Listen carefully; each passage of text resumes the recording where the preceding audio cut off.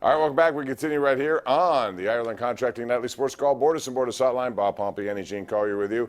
Real quick before I go to the lines, Gene, we saw the Rangers, number 2 pick overall. They acquired Capo Caco, that's one of the great names in hockey. Like Pear Juice used to be one of my favorite names.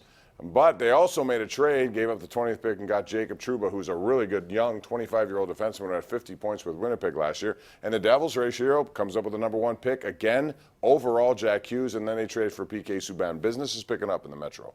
Yeah, I mean, those teams were pretty bad last year. They have really nowhere to go but up. But I mean, they're well managed, especially the Devils, and it should get tighter in the division. All right, let's go to our lines. We got Herb and Renfrew. What's up, Herb? How are you doing tonight? Pretty good. Hi, Bob and Gene. Thanks for taking my call. Sure. I got a Steeler question. Go ahead. With the Steelers training camp starting up in about 5 weeks, said my buddy Kip and I thought about the Steelers' 6th-round pick, that Isaiah Buggs from Alabama. Mm-hmm. I think the kid could be the steal of the draft. He's had 9.5 sacks, 300-pounder that can run. What do you guys think?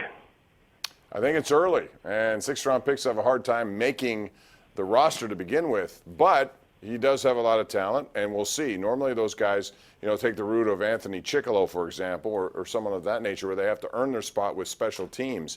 And if they can do that, Gene, then they open up an opportunity. I think that's the key with a lot of these guys. They have some wide receivers who, if their only chance to make the roster, even though I think they have talent, is to show something on special teams. Yeah, and it's harder to do that for a defensive lineman. They usually don't play a lot of special teams. I think Buggs has good measurables, but again, he's not a 6th-round pick for nothing.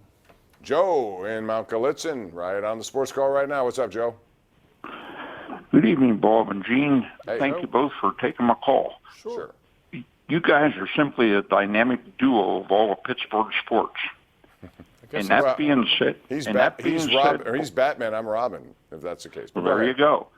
Very good. And Bob, that being said, I want to congratulate you on your prediction on your ability to make predictions. I call on the St. Louis Blues.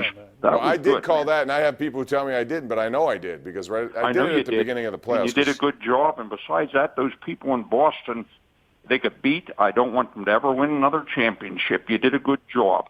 And my last question is for both of you. Trace McSorley, the quarterback out of Penn State, we follow him. We're Penn State fans over here.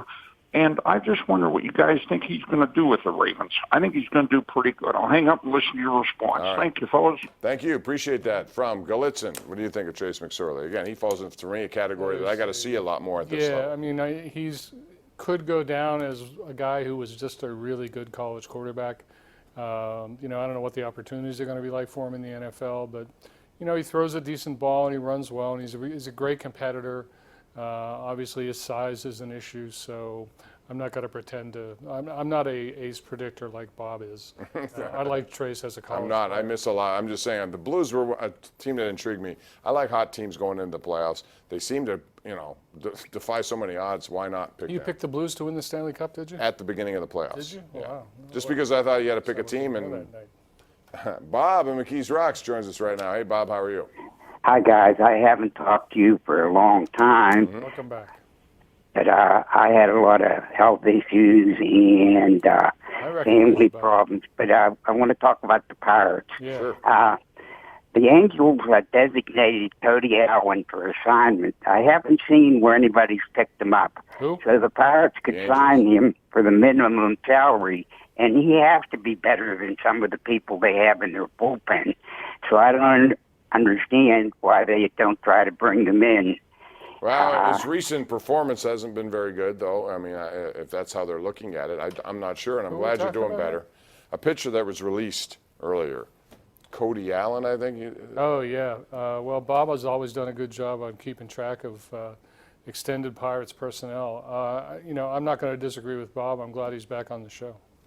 All right, let's go out to another Bob. Bob in Clearfield joins us right now. Hey, Bob, what's up? Hi, gentlemen. Thank you and good evening. Are you guys hearing anything on the progress of Jamison Tyon health-wise? I'm hearing and reading reports. They said that maybe in the next few days they'll have to decide whether or not he may need Tommy John. And as far as trade possibilities, I guess right now the hottest commodity out there is interest in Melky Cabrera rather than Dickerson and Marte. So I just thought, have you guys have heard anything on this matter? Well, first let's talk Tyone because it doesn't sound good, even though I think Neil Huntington would not say that he doesn't need Tommy John. He did not give you a definitive answer one way, but I think this is a longer way off. And if it goes beyond July, I'm not so sure if it's even worth risking him coming back. And it would depend on where they are in the standings. So far, I mean, he's got a long way to go. And I'm not sure where that exactly stands, Gene, but it's not any time in the next several weeks. With regard to Melky Cabrera or Dickerson, what do you think about trading one or both? Well, I think, frankly, Gregory Polanco and Starling Marte are more expendable than those guys to me. But, you know, I'm not making decisions.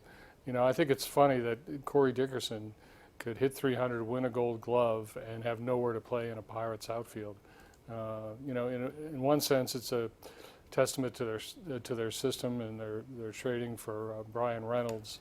But on the other hand, it doesn't seem to make much sense to me. I suppose either one of those guys is expendable. I'd sooner see Melky Cabrera go. Yeah, and he offers something off a bench, a veteran guy. I forgot to turn my phone off. I apologize. So unprofessional. So it is, I know. But, I mean, he's a guy who can help a guy off the bench. He doesn't cost as much. Switch and Dickerson is going to want, you know, is going into free agency. I think Melky is going to want more, obviously, but he's 34 next year. So, meanwhile, George Lochner on Twitter says Cody Allen was picked up by the Twins. That's in reference to Bob, so there you go. He was picked up.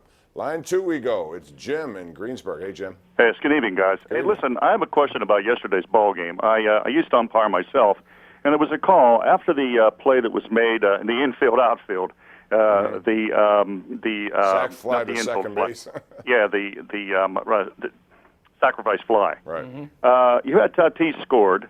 You then had Machado went to third base. Right. After it was all said and done, they sent Machado back to second. Why?